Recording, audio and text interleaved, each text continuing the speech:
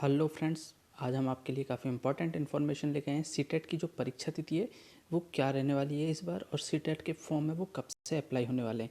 उससे भी इम्पॉर्टेंट बात हम आज टॉपिक आपके पास क्लियर करेंगे। भाषा का चयन, जो आप लैंग्वेज लेते हो, हिंदी, इंग्लिश और संस्कृत में से जो लैंग्वेज लेते हो, आपको 2 लैंग्वेज लेनी होती है, उसके ऊपर आपके पूरे डाउट क्लियर करेंगे। क्योंकि आपने यदि ये भाषा का चयन सही कर लिया, लैंग्वेज आपने बिल्कुल सही ले ली, तो पहली बार में आपका क्लियर हो जाता है। क्योंकि यही डिपेंड करता है, 60 क्वेश्चंस आते हैं दोनों लैंग्वेजों में, तो अगर वो क्वेश्चंस लैंग्वेज के बिल्कुल सही, आपने सही लैंग्वेज चूज करिए तो आपको काफ़ी आसानी होती है।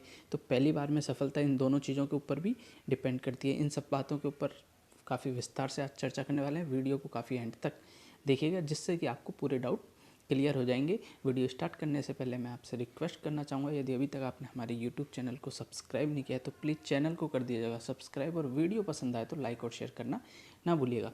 तो परीक्षा तिथि की बात करते हैं। सबसे पहले अपन बात करते हैं परीक्षा तिथि। तो परीक्षा है जो इसकी साल में 2 बार होती है। आपको पता है, कोरोना के कारण पिछली साल 2020 में ये परीक्षा नहीं हो पाई थी, नहीं तो ये ईयर में 2 टाइम होती है। पहली ये होती है जुलाई के अंदर, और दूसरी होती है ये दिसंबर के अंदर। तो जुलाई का जो फर्स्ट वीक होता है, संडे होता है, फर्स्ट संडे जुलाई का जब भी आता है, उसमें ये एग्ज़ाम होती है। तो फर्स्ट या सेकंड संडे पॉसिबल रहता है, याद नहीं कि फर्स्ट संडे अगर कोई दूसरा एग्ज़ाम हो गया तो ये सेकंड संडे हो जाती है, नहीं तो फर्स्ट संडे ये फिक्स है। तो आपका पता है जुलाई का फर्स्ट वीक इसका एग्ज़ाम का टाइम रहेगा, और ये मार्च लास्ट तक आपके फॉर्म हैं जो निकल जाएंगे। मार्च के लास्ट तक आपका फॉर्म की तिथि आ जाएगी, अप्लाई करना शुरू कर दोगे। अब फॉर्म तिथि आ जाएगी तो सबसे ज़्यादा आपका इम्पोर्टेंट है भाषा का चयन। जो लैंग्वेज आपको लेनी होगी उसके बारे में हम आपको बता देते हैं, क्योंकि अभी जब थोड़े दिन में आने वाले हैं, 5-7 दिन के अंदर अंदर फॉर्म आ जाएंगे, तो आपको भाषा का चयन करना होगा। लैंग्वेज आपको लेनी होगी, इसके बारे में आपको डिटेल से पता होना चाहिए। लैंग्वेज कौन कौन सी लेते हैं? अक्सर ज़्यादातर लोग लेते हैं हिंदी, संस्कृत और अंग्रेज़ी। बाकी उर्दू, पंजाबी ये भी हैं लैंग्वेज, लेकिन ये अपने कम हैं स्टूडेंट इनके। हिंदी, संस्कृत और अंग्रेज़ी के ज़्यादा हैं, तो अपन इन पे बात कर लेते हैं।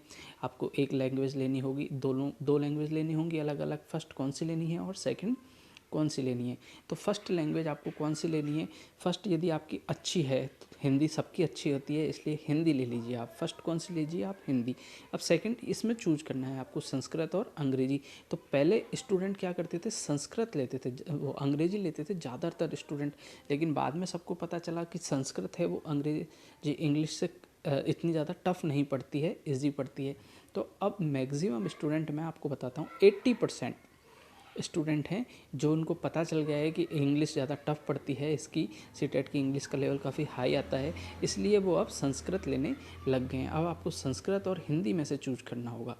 मतलब आप डिसाइड कर लो पहले, फिर आपको मैं बताता हूँ। जैसे संस्कृत और इंग्लिश आपने चूज कर ली कि इन दोनों में से आपको लैंग्वेज लेनी है, इन दोनों में से। तो जो फर्स्ट लैंग्वेज लेते हो उसमें तो नॉर्मल जो आती है आपकी व्याकरण वगैरह वो आ जाती है, लेकिन सेकंड जो लैंग्वेज लेते हो उसके अंदर साहित्य का पोर्शन भी आता है आपका।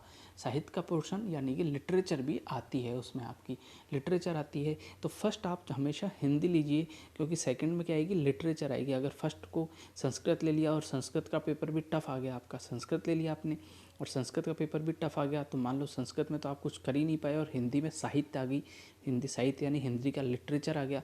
लिटरेचर में कुछ चीज़ें डीपली आ जाती हैं, वो आपसे नहीं हो पाएंगी, इसलिए आपको फर्स्ट हिंदी लेनी है और सेकंड संस्कृत लेनी है। इसके ऊपर आपको कोई भी डाउट हो आप हमको मैसेज कीजिए, हम आपका डाउट क्लियर कर देंगे।